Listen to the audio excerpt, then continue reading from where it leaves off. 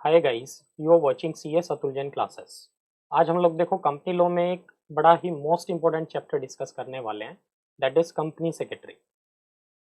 ये जो company secretary है देखो, ये मोस्ट इंपॉर्टेंट चैप्टर है एग्जाम के पॉइंट ऑफ व्यू से। और ये जो कंपनी सेक्रेटरी होता है ना, ये भी केएमपी है according to section 2 clause 51 of the companies act 2013। ठीक है, तो केएमपी की डेफिनेशन में कवर अप होता है ये सेक्शन 2 क्लोज 51 में।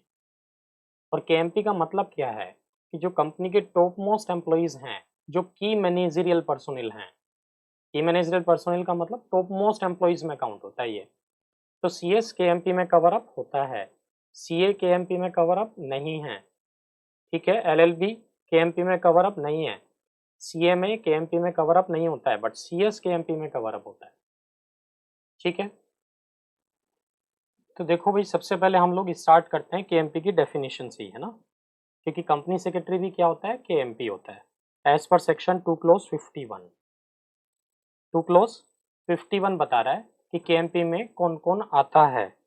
कौन कौन आता है जी केएमपी में? देखो, सीईओ भी केएमपी में आता है, मैनेजिंग डायरेक्टर भी केएमपी में कवर अप होता है, और मैनेजर भी केएमपी में कवर अप होता है।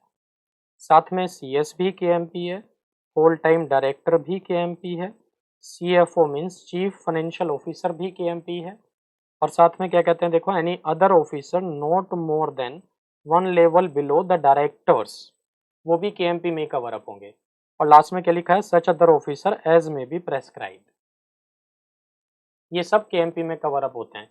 तो क्या कंपनीज में सबको रखना जरूरी है? नहीं। किसको रखना जरूरी है, ये बात कौन बोलता है? सेक्शन 203। तो सेक्शन 203 क्या बता रहा है आपको?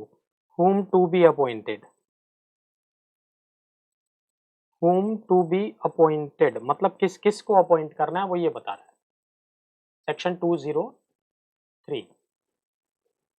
और देखो 203 बोल क्या रहा है, किस किस को अपॉइंट करना है भाई?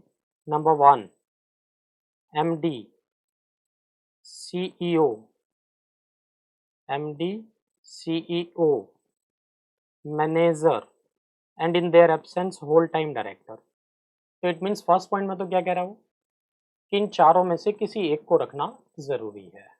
किसमें? MD, CEO, manager, and in their absence whole time director. Plus साथ में सीएस रखना जरूरी है, और प्लस साथ में सीएफओ रखना जरूरी है। तो ये तीन लोग रखने जरूरी हैं केएमपी में, एमडी, सीईओ, मैनेजर और होल टाइम डायरेक्टर में से तो कोई एक, प्लस साथ में सीएस, प्लस साथ में सीएफओ। ठीक है, ये तीन लोग अपॉइंट करना जरूरी है, सेक्शन 203 बोल रहा है। और रूल 8 एंड 8A क्या बता रहे हैं? ये बता रहे हैं कब अपॉइंट करना है, क्या हमेशा अपॉइंट करना है? नहीं। तो जो रूल 8 है ना भाई, ये किस पे अप्लाई होता है? पहली बात, या तो लिस्टेड कंपनी पे, ठीक है, या फिर अदर पब्लिक कंपनीज पे जिनकी paid up capital equal to and more than 10 crore है। और ये देखो सभी केएमपी के लिए है। कौन से वाला रूल? रूल 8। और जो रूल 8A है, ये किस पे अप्लाई होता है? ये सिर्फ और सिर्फ प्राइवेट कंपनी पे अप्लाई हो रहा है आज की डेट में। अगेन प्लस जिनकी पेड अप कैपिटल कितना है, equal to and more than 10 crore है। और ये ना सिर्फ सीएस के लिए है, सिर्फ और सिर्फ किसके लिए है? सीएस के लिए है ये। समझ रहे हैं बात मेरी? तो यहाँ जो केएमपीज है, क्या इनमें सीएस नहीं है? बिल्कुल है। और यहाँ भी सीएस की बात हो रही है। तो इट मीन्स रूल 8A जो है वो सिर्फ सीएस की बात कर रहा है, अदर देन सीएस जो केएमपीज है उनकी बात करता ही नहीं है। तो रूल 8 तो क्या कह रहा है, अगर आपकी कंपनी लिस्टेड कंपनी है तो केएमपी रखना जरूरी है, वट एवर बी और पेड अप कैपिटल। और साथ में वो ये भी कहता है कि अगर अदर पब्लिक कंपनीज है, अदर पब्लिक कंपनीज का मतलब अनलिस्टेड पब्लिक कंपनीज है ना, प्लस उनका जो पेड अप कैपिटल है वो 10 करोड़ से ज्यादा है, तो उनको भी केएमपी अपॉइंट करना जरूरी है। ठीक है। और जो रूल 8A है, ये क्या कहना चाह रहा है? ये सिर्फ प्राइवेट कंपनी की बात कर रहा है, और पेड अप कैपिटल 10 करोड़ से ज्यादा है तो सीएस रखना जरूरी है। तो इन शॉर्ट नेट इफेक्ट ये निकलता है कि भाई कंपनी चाहे पब्लिक हो चाहे प्राइवेट हो, अगर पेड अप कैपिटल 10 करोड़ से ज्यादा है तो सीएस अपॉइंट करना तो जरूरी है ही है। ठीक है। और अदर देन CS बाकी KMPs की बात करूं तो सिर्फ पब्लिक कंपनी में ज़रूरत है, वो भी कब, जब पेड अप कैपिटल 10 करोड़ से ज़्यादा हो। प्राइवेट कंपनी में बाकी KMPs अपॉइंट करने की ज़रूरत नहीं है, ये कहना चाहता है वो। चलो जी, कंपनी सेक्रेटरी की डेफिनेशन पढ़ लेते हैं। कहाँ दी है? सेक्शन 2 क्लोज 24 में। किसका है? कंपनीज एक्ट 2013 का। क्या बोलता है कि secretary means a company secretary with in the meaning of section 21C of the company secretaries act 1980। तो मीन्स 21C ऑफ किसका है? ICSI एक्ट का है ये, 1980 का। ठीक है, तो ICSI एक्ट 1980 का जो सेक्शन 21C है, वहां से डेफिनेशन बोरो हुई है। मीन्स कंपनीज एक्ट ने सेक्शन तो अपना बना दिया, सेक्शन 2 क्लोज 24, बट डेफिनेशन अभी भी कहाँ से बोरो की? ICSI एक्ट से। सेक्शन अपना बनाया, डेफिनेशन वहीं से बोरो की। तो 2 क्लोज 24 क्या कह रहा है? इन्होंने दो बातें बताई। एक तो मीन्स वो कंपनी सेक्रेटरी होना चाहिए as per section 21C of ICSI act, right, and who is appointed by the company to perform the functions of company secretaries under Companies Act 2013। तो दो चीजें बोली सेक्शन 2 क्लोज 24 ने कि भाई एक तो वो कंपनी सेक्रेटरी होना चाहिए सेक्शन 21C के अकॉर्डिंग। ये 21C किसका है? ICSI एक्ट का। और प्लस साथ में क्या होना चाहिए? CS के फंक्शंस परफॉर्म करे वो, राइट। तो कंपनीज एक्ट 2013 में जो CS के फंक्शंस परफॉर्म कर रहा है, ये कंपनीज एक्ट 2013 में दिए हुए हैं ना। कंपनीज एक्ट 2013 में जो CS के फंक्शंस परफॉर्म कर रहा है वो, तो दो चीज़ें हैं। एक तो वो कंपनी सेक्रेटरी होना चाहिए as per section 21C of ICSI act, plus company secretary के फंक्शंस भी परफॉर्म करे। तो हमें ये दो चीज़ें पढ़नी है पहले तो, ये सेक्शन 21C क्या कहता है और प्लस फंक्शंस क्या है कंपनी सेक्रेटरी के। तो लो जी, सेक्शन 21C की अगर हम बात करें, 21C of company secretaries act 1980 क्या बोलता है? That company secretary means a person who is a member of ICSI। कि जो ICSI का मेंबर है वो कंपनी सेक्रेटरी है, मेंबर ऑफ ICSI। तो मेंबर ऑफ ICSI आप कब बनते हैं? जब आप ICSI के सारे एग्जाम्स प्लस सारी ट्रेनिंग आर्टिकलशिप ये सब खत्म कर देते हैं, तो आप क्या बन जाते हैं? इंस्टीट्यूट के मेंबर बन जाते हैं। तो आप इंस्टीट्यूट के मेंबर भी होने चाहिए। और देखो, जब आप मेंबर बन जाते हैं तो ICSI क्या करता है? उन्होंने एक रजिस्टर ऑफ मेंबर मेंटेन किया हुआ, उसमें आपकी एंट्री हो जाती है। ठीक है, तो आप मेंबर कहलाते हैं फिर ICSI के। और ICSI आपको एक मेंबरशिप नंबर अलॉट कर देता है। क्या अलॉट कर देता है? Membership number. तो आप क्या बन गए? इंस्टीट्यूट के मेंबर बन गए आप। तो जब तक आपके पास मेंबरशिप नंबर नहीं है तब तक आप मेंबर नहीं कहलाएंगे इंस्टीट्यूट के। और मेंबरशिप नंबर कब मिलेगा? जब इंस्टीट्यूट आपको रजिस्टर ऑफ मेंबर में एंट्री कर देगा। और रजिस्टर ऑफ मेंबर में वो एंट्री करेगा जब आपने सारे एग्जाम, सारी आर्टिकलशिप, सारी ट्रेनिंग कंप्लीट कर ली, राइट। ठीक है, तो ये बात तो थी सेक्शन 21C की। अब अगर हम बात करें फंक्शंस की, किसके फंक्शंस? कंपनी सेक्रेटरी के अंडर सेक्शन 205। तो 205 में CS के क्या क्या फंक्शंस हैं ये डिस्कस करना है अब हम लोगों को। ठीक है जी, तो देखो, अगर फंक्शंस की बात करें हम लोग तो सेक्शन 205 में दिए हुए हैं फंक्शंस कंपनी सेक्रेटरी के। क्या फंक्शंस हैं? Number 1, to report to the board about compliances with the provisions of this act, the rules made thereunder and other laws। क्या कहना चाहता है कि जो कंपनी सेक्रेटरी है ना, वो अपनी रिपोर्ट देगा। किसको देगा रिपोर्ट? बोर्ड ऑफ डायरेक्टर्स को। क्या रिपोर्ट देगा? कि भाई हमारी कंपनी ने इस साल कंपनीज एक्ट प्लस उसके जो रूल्स हैं प्लस अदर लॉज, इन सबको कंप्लाई विद किया है, किसी का कॉन्ट्रावेंशन नहीं किया। रिपोर्ट देगा एक तरह से, राइट। सेकेंड वन, ये भी इंश्योर करेगा company secretary that applicable secretarial standards जो कि ICSI इशू करता है, ठीक है, वो सब कंप्लाई विद हुए हैं, उनका कोई कॉन्ट्रावेंशन नहीं हुआ, राइट। तो मीन्स सेक्रेटेरियल स्टैंडर्ड्स का कंप्लायंसेस देखना भी किसकी फंक्शंस में आता है? CS के। और थर्ड फंक्शन क्या है जी सेक्शन 205 में? To discharge such other duties as may be prescribed. कहते हैं ये भी फंक्शन है कंपनी सेक्रेटरी का, to discharge such other duties as may be prescribed. कौन प्रेस्क्राइब करेगा? गवर्नमेंट, ठीक है, रूल्स के थ्रू। और उन्होंने प्रेस्क्राइब कर भी दिया, देखो नीचे ये सब अदर ड्यूटीज जो प्रेस्क्राइब किए हैं गवर्नमेंट ने, ये सब हैं वो। क्या कहना चाहता है अदर ड्यूटीज में? Number 1, to provide to the directors such guidance as they may require, right. तो क्या कहना चाह रहा है कि गाइडेंस देगा बोर्ड ऑफ डायरेक्टर्स को, जो गाइडेंस उन्हें टाइम टू टाइम बेसिस पे चाहिएगी वो गाइडेंस भी कौन देगा? सीएस देगा, ठीक है जी। सेकंड ड्यूटी क्या है? To facilitate the convening of the meetings and attend board meetings, committee meetings, general meetings and maintain the minutes of these meetings. देखो मीटिंग कराना है, ये ड्यूटी भी किसकी है? कंपनी सेक्रेटरी की है, क्योंकि लीगल कंप्लायंसेस कंपनीज एक्ट के किसको पता है? कंपनी सेक्रेटरी को, कि भाई कितने दिन का नोटिस देना है, शॉर्टर नोटिस हुआ तो क्या होगा, किस किस को देना है, कैसे देना है, ये सब चीज़ें किसको पता है? सीएस को, ठीक है। तो मीटिंग कराने की ड्यूटी भी किसकी है? कंपनी सेक्रेटरी की है, चाहे वो बोर्ड मीटिंग्स हो, चाहे वो जनरल मीटिंग्स हो, चाहे वो कमेटी मीटिंग्स हो। और साथ में मीटिंग्स के बाद जो आप मिनट्स ऑफ द मीटिंग बनाते हैं, तो वो मिनट्स ऑफ द मीटिंग भी कौन प्रिपेयर करता है? Company secretary. सिग्नेचर देखो मिनट्स ऑफ द मीटिंग पे चेयरमैन के होते हैं, but minutes of the meeting बनाता कौन है? Company secretary.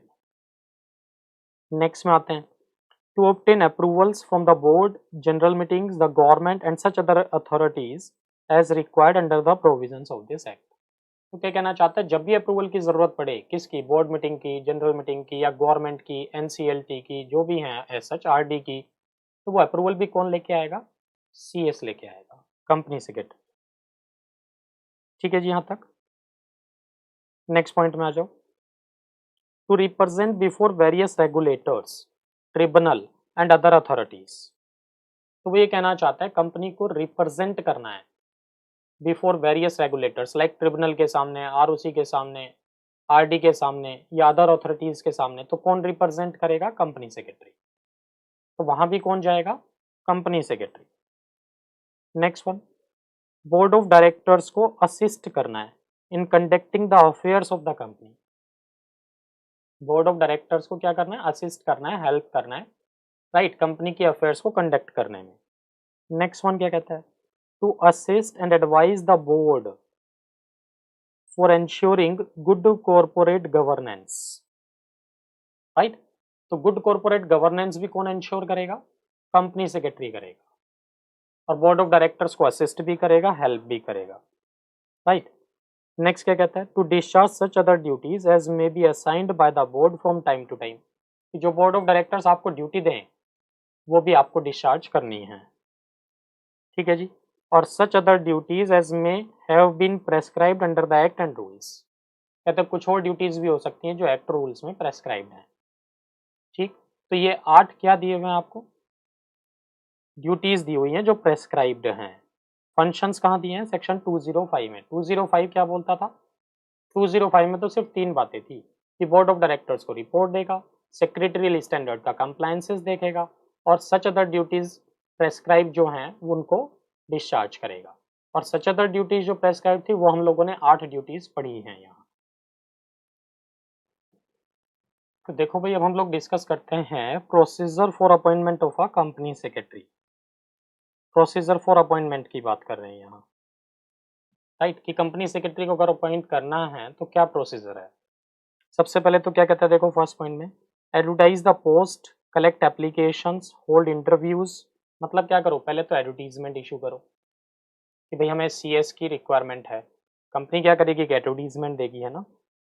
उसके बाद क्या करो? एप्लीकेशंस आएंगी, उनको कलेक्ट करो, इंटरव्यू कराओ, शॉर्ट लिस्ट करो, राइट। इंडिविजुअल जिनकी एप्लीकेशंस आई हैं उनको शॉर्ट लिस्ट करो और फाइनलाइज करो अपॉइंटमेंट को पहले तो। उसके बाद क्या करो? बोर्ड मीटिंग करनी पड़ेगी, देखो आपको, क्योंकि जो सीएस है वो किस मीटिंग पे अपॉइंट हो रहा है? बोर्ड मीटिंग पे भी, जनरल मीटिंग पे? बोर्ड मीटिंग पे। तो बोर्ड मीटिंग करो, और बोर्ड मीटिंग करने के लिए तो आपको पता ही है क्या, कि नोटिस तो देना पड़ेगा to all the directors of the company as per section 173। और 173 क्या कहता है कि किन डायरेक्टर्स को नोटिस देना है? जितने भी डायरेक्टर्स इंडिया में हैं प्लस जो डायरेक्टर बाहर हैं उनके जो रजिस्टर्ड एड्रेसेस हैं उन पे दो नोटिस। ठीक है, तो प्रॉपर नोटिस देके बोर्ड मीटिंग करो।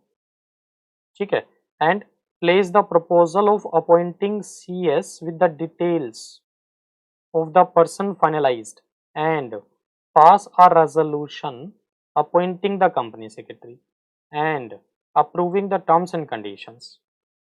तो क्या करो, प्रॉपर नोटिस देके बोर्ड मीटिंग करो और उस बोर्ड मीटिंग पे क्या करो, प्रपोजल को प्लेस करो बोर्ड ऑफ डायरेक्टर्स के सामने और वो डिटेल्स भी दो जो आपने फाइनलाइज की है और अप्रूव कराओ उसकी कंडीशंस ऑफ अपॉइंटमेंट को और रेम्यूनरेशन को भी।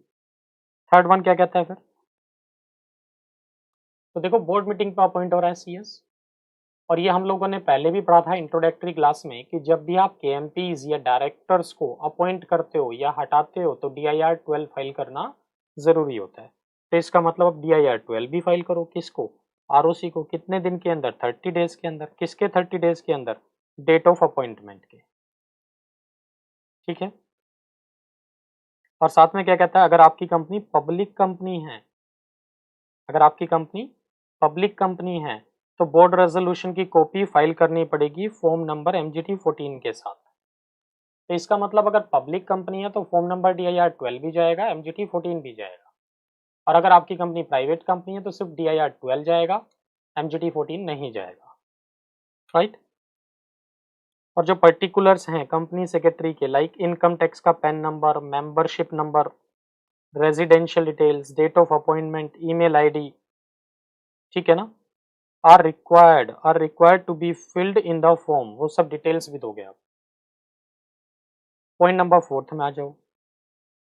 पॉइंट नंबर 4 क्या कहता है कि आप एक टाइम पे दो कंपनी के CS नहीं हो सकते। एक टाइम पे सिर्फ एक ही कंपनी के होल टाइम कंपनी सेक्रेटरी रहेंगे आप। हाँ, दूसरी कंपनी अगर सब्सिडरी कंपनी है तो कोई प्रॉब्लम नहीं है। फिर ये कह रहा है, देखो, company secretary shall not hold office in more than one company accept in its subsidiary company. तो होल्डिंग कंपनी में भी हो, सब्सिडरी कंपनी में भी हो, ये तो हो सकता है, बट एक टाइम पे दो कंपनीज के कंपनी सेक्रेटरी हो जाए वो नहीं हो सकता। इंडिपेंडेंट कंपनीज के कंपनी सेक्रेटरी हो जाए वो नहीं हो सकता। फिफ्थ पॉइंट पे आ जाओ जी, हम लोग पढ़ के आ रहे हैं procedure for appointment of a CS। क्या कहता है, make entries in the register of directors and KMP under section 170। Register of director या रजिस्टर ऑफ KMP जो आपने मेंटेन किए हुए हैं उसमें एंट्री करो अकॉर्डिंग टू सेक्शन 170। नेक्स्ट क्या कहता है, स्टॉक एक्सचेंज को भी बताओ अगर आपकी कंपनी लिस्टेड है तो। राइट, और साथ में क्या कहता है, देखो पॉइंट नंबर 7 में कहते हैं जो KMP होता है ना, are included in related parties under section 2 clause 76। मतलब KMP भी ना एक तरह से रिलेटेड पार्टी है। तो हमारी कंपनी में जो कंपनी सेक्रेटरी है वो कंपनी का एक तरह से रिलेटिव माना जाता है सेक्शन 2 क्लोज 76 में। इसलिए जब भी अगर वो कोई ट्रांजेक्शन्स करेंगे ना सेक्शन 188 वाली, तो सेक्शन 188 वाली ट्रांजेक्शन्स कौन सी होती हैं ये भाई, रिलेटेड पार्टी ट्रांजेक्शन्स, RPTs बोलते हैं, रिलेटेड पार्टी ट्रांजेक्शन्स बोलते हैं सेक्शन 188 में। तो जब भी आप सेक्शन 188 की ट्रांजेक्शन्स करोगे ना CS के साथ, तो सेक्शन 188 को भी कंप्लाई विद करना पड़ेगा आपको।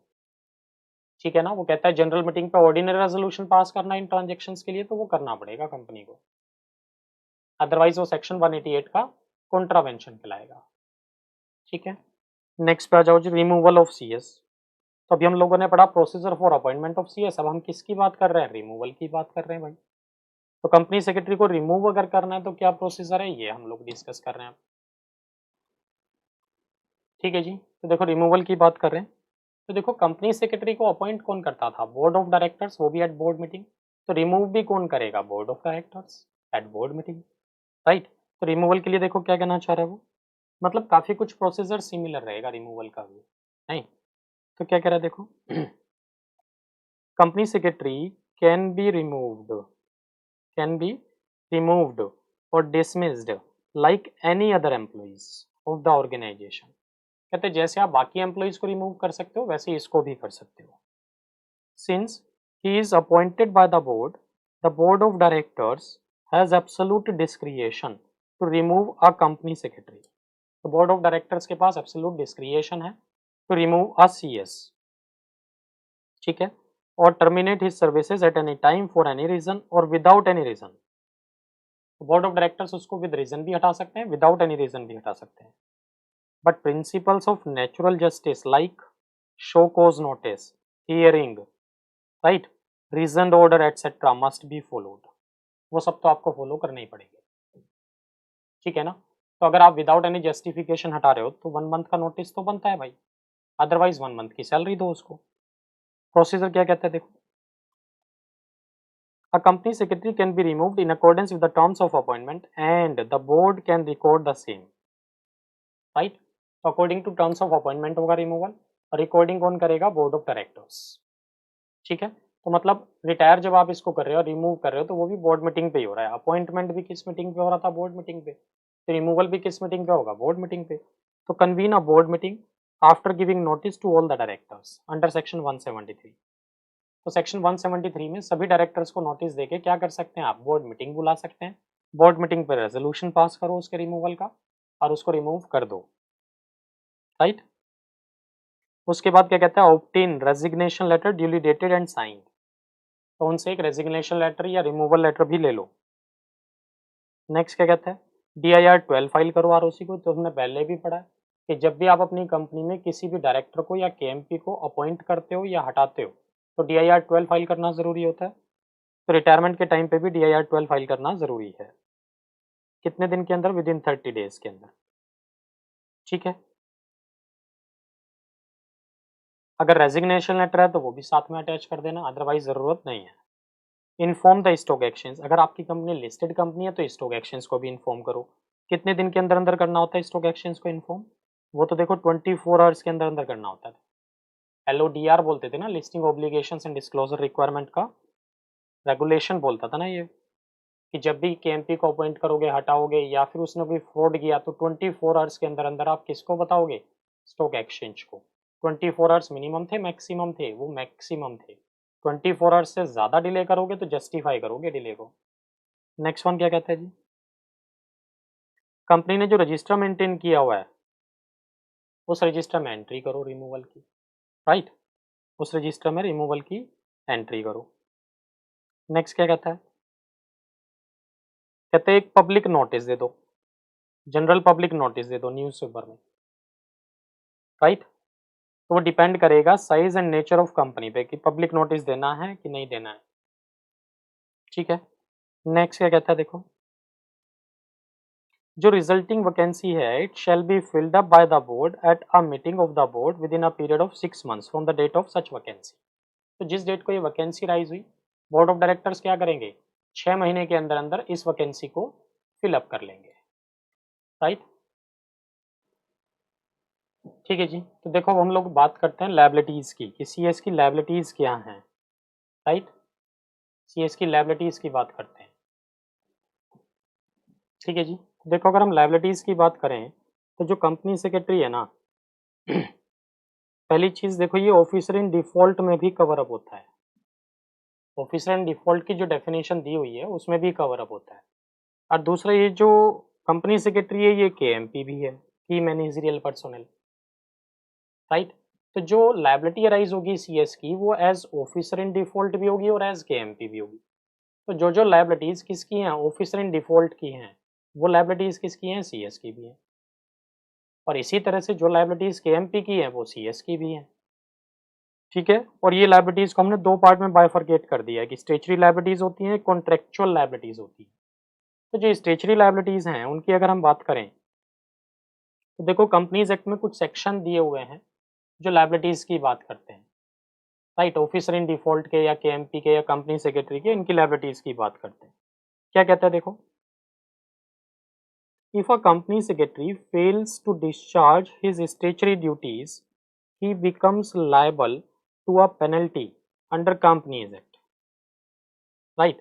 Under the Companies Act the company secretary is an officer of the company, so who is in default is liable to a penalty prescribed under the act।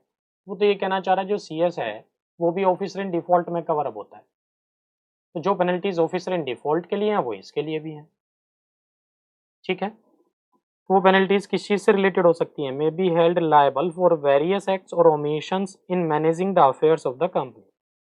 Section 450 है, जैसे क्या कहता है देखो सेक्शन 450, वो ये कहना चाहता है कि penalty for any person contravening the provisions of the act for which no specific penalty is provided elsewhere in the act.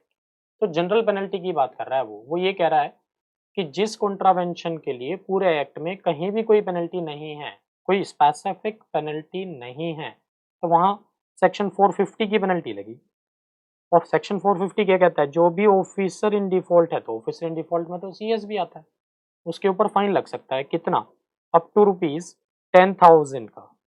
And where the contravention is continuing one, continuing default है, तो कितना fine है, up to ₹1,000 per day के हिसाब से। ठीक है, तो क्या कहना चाह रहा है, 10,000 रुपए का जो फाइन है वो तो वन टाइम है, और उसके बाद 1,000 पर डे के हिसाब से फाइन लगता रहेगा बस। ठीक, 450 कह रहा है ये जनरल पेनल्टी की बात। ऐसी सेक्शन 448 क्या कहना चाह रहा है कि भाई अगर कंपनी ने कोई रिटर्न, रिपोर्ट, बैलेंस शीट वगैरह फाइल की है और उसमें कोई स्टेटमेंट है जो कि फॉल्स है ना, और या फिर कोई मटेरियल फैक्ट आपने छिपा रखा है और आपको पता था कि ये मटेरियल फैक्ट है, मतलब सीधी सी बात है, या तो झूठ बोला है या सच छिपाया है, तो उस केस में आपके अगेंस्ट सेक्शन 447 का केस होगा। तो ये तो फ्रॉड हो गया सीधे सीधे, झूठ बोलना या सच छिपाना दोनों ही चीजें क्या है, फ्रॉड है। सेक्शन 447 का केस अप्लाई होगा आपके अगेंस्ट, और 447 में तो आपको पता ही है कि कितनी पेनल्टी लगती है, या तो जेल हो सकती है, आपको जेल भी कितनी होती है, 6 महीने से लेके 10 साल तक की जेल हो सकती है। और अगर फ्रॉड इन्वॉल्विंग पब्लिक ऑफेंस है तो भाई 3 साल से 10 साल तक की जेल हो सकती है। और साथ में क्या लगेगा, फाइन।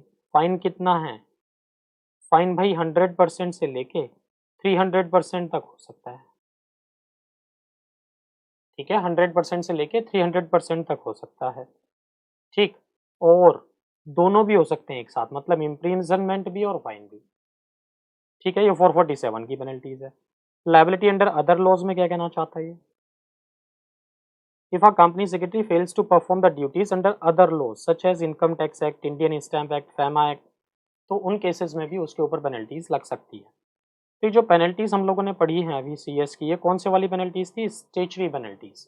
अब अगर हम कॉन्ट्रेक्चुअल लायबिलिटीज की बात करें, ठीक है, अब हम किसकी बात कर रहे हैं, कॉन्ट्रेक्चुअल लायबिलिटीज की। तो क्या लायबिलिटीज है कॉन्ट्रेक्चुअल में, वही कहना चाहता है कॉन्ट्रेक्चुअल लायबिलिटीज में ये सब कवर अप होगा। Liability for negligence, number 2 liability for acts beyond the authority. तो नेग्लिजेंस तो समझते हैं ना आप, लापरवाही। तो आपकी लापरवाही की वजह से अगर कंपनी को कुछ नुकसान हुआ है तो कंपनी आपसे डैमेजेस ले सकती है।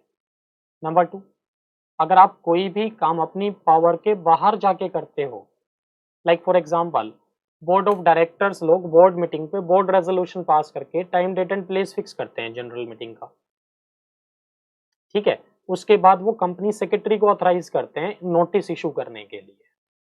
तो इस बार क्या हुआ, बोर्ड मीटिंग पे बोर्ड रेजोल्यूशन तो पास हुआ नहीं, और कंपनी सेक्रेटरी ने अपने आप ही नोटिस इशू कर दिया जनरल मीटिंग का। ठीक है, तो ये पावर उसके पास थी कि नहीं थी, नहीं थी, कि जब तक बोर्ड ऑफ डायरेक्टर्स उसको ऑथराइज नहीं करेंगे वो नोटिस इशू नहीं कर सकता। बट अगर उसने कर दिया तो जितने भी खर्चे हुए हैं उन सब के लिए कौन लायबल है, सीएस लायबल है, right. Next one, liability for fraud. अगर कंपनी सेक्रेटरी ने कोई फ्रॉड किया तो उसके लिए भी लायबल होगा ये। ठीक है, नेक्स्ट पॉइंट क्या कहता है, देखो liability for breach of trust. ठीक है, तो अगर कंपनी सेक्रेटरी कोई ब्रीच ऑफ ट्रस्ट करता है तो जो कंपनी सेक्रेटरी है एक रिलायबल या ट्रस्ट वर्दी रिलेशनशिप ऑक्यूपाई किए हुए है, अगर वो ब्रीच ऑफ ट्रस्ट करता है तो उसके लिए भी लायबल होगा कंपनी सेक्रेटरी। ठीक है जी, तो देखो आज की क्लास में हम लोगों ने क्या क्या डिस्कस किया, कि कंपनी सेक्रेटरी होता कौन है, कब अपॉइंट करना ज़रूरी है, राइट, उसके फंक्शंस क्या हैं, ड्यूटीज़ क्या हैं, लायबिलिटीज़ क्या हैं, ये सब चीज़ें हम लोगों ने आज डिस्कस की। ठीक है, तो आज के लिए देखो हम लोग इतना ही रखते हैं। ये वीडियो आपको पसंद आया हो तो लाइक करें और हमारे channel CS Atul Jain classes को सब्सक्राइब करें। Thanks for watching CS Atul Jain classes.